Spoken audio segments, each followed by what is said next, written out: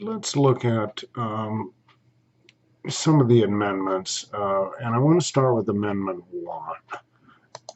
Religion, speech, press, assembly, right to, and I may give you a little trigger warning here that to me, Amendment 1, and I think it's worth taking time to kind of savor the language here, because this is, at least from a constitutional standpoint, there were some challenges in getting the states, the former colonies, to adopt the Constitution as we looked at it before, Articles 1 through 8 or 9. Pardon me for forgetting that maybe it's 1 through 6, because it did not have this Bill of Rights. And the Bill of Rights has, we could spend a lot of time on the history of it, but ultimately it comes down to some really interesting ideas that we need to talk about carefully. But notice that it says that Congress shall make no law respecting an establishment of religion or prohibiting the free exercise thereof. Now, this is one of the most interesting constitutional provisions to me, because we sort of say we don't want religion at the head of government, but we don't want government to tell people you cannot practice religion. And so this has been interpreted by the Supreme Court in a variety of ways.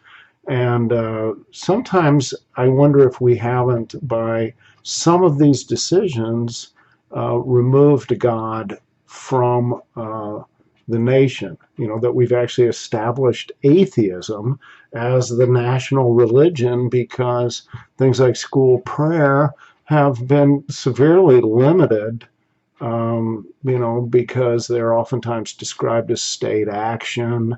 And the states under the 14th Amendment must abide by the Bill of Rights. Again, constitutional prescriptions given to us by the Supreme Court of the United States of America.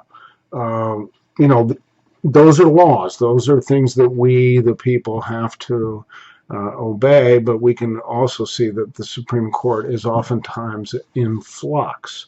By not permitting the word God to appear in either school prayers or convocation assemblies, a variety of cases, are we prohibiting the free exercise thereof, or are we limiting it?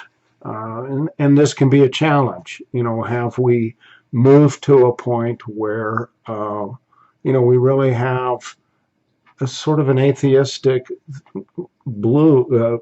feeling that our government has to move to atheism? Well, as I grew up, the great countries that were atheistic were Russia, which did it by force, and China, which generally tends to not have a religious culture on the surface, more of a philosophic culture. But if we peer deep into China, religious repression is a big component of how it keeps people in tow.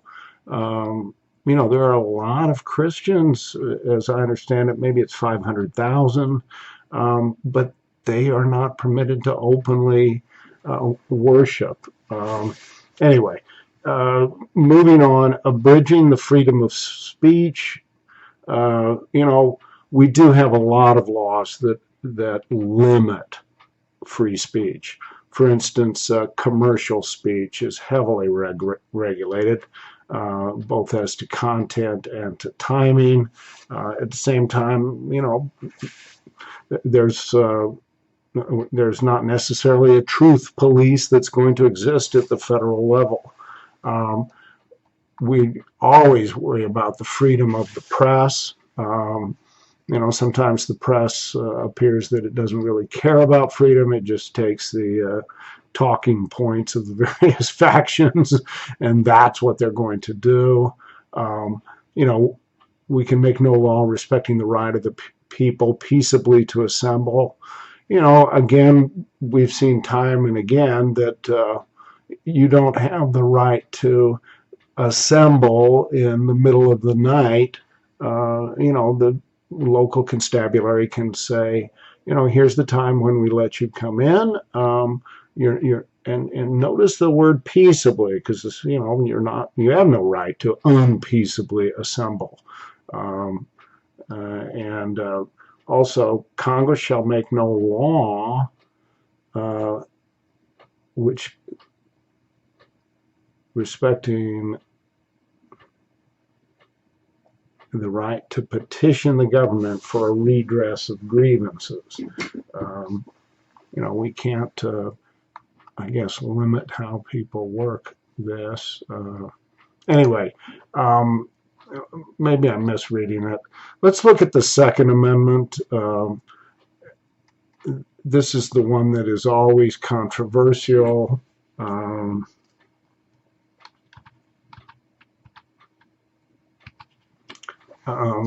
A well-regulated militia being necessary to the security of a free state, the right of the people to keep and bear arms shall not be infringed.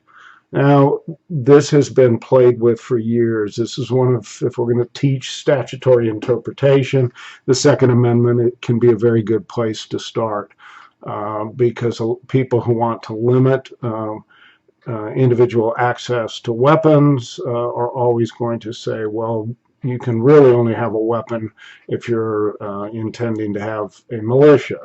You know, that begs the question in many regards. It seems to me, if we don't have the weapons sitting there ready to go, we cannot organize a militia.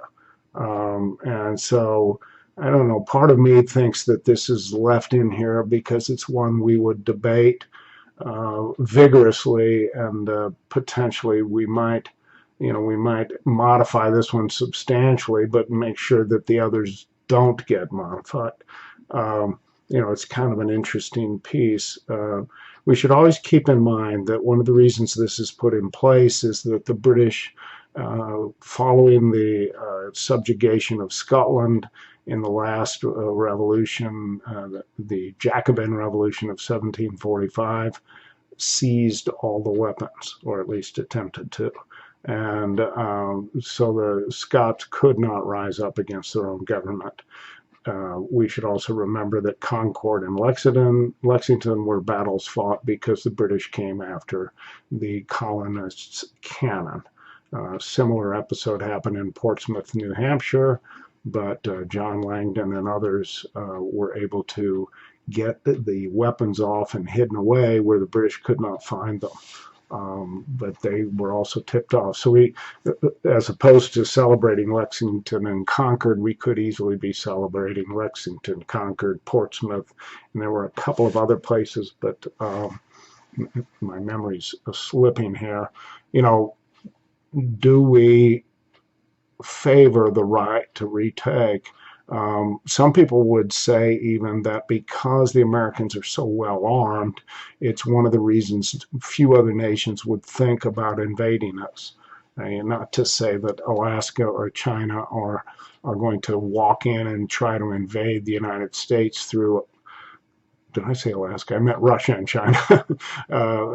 You know, are going to walk in and try to invade the United States through Alaska. The physical barrier there is sort of like trying to invade Russia. It's like, yeah, great, let's try to go capture Moscow by going through Siberia. And not too interested in that. You know, the logistics are just overwhelming. But the fact that that there are a tremendous amount of guns and ammunition in the United States may or may not secure freedom just by itself. You know, there's a big drive to limit guns and limit availability of guns. You know, and the response tends to be guns don't kill people, people with guns kill people. You know, so taking away a fundamental right is not a good idea.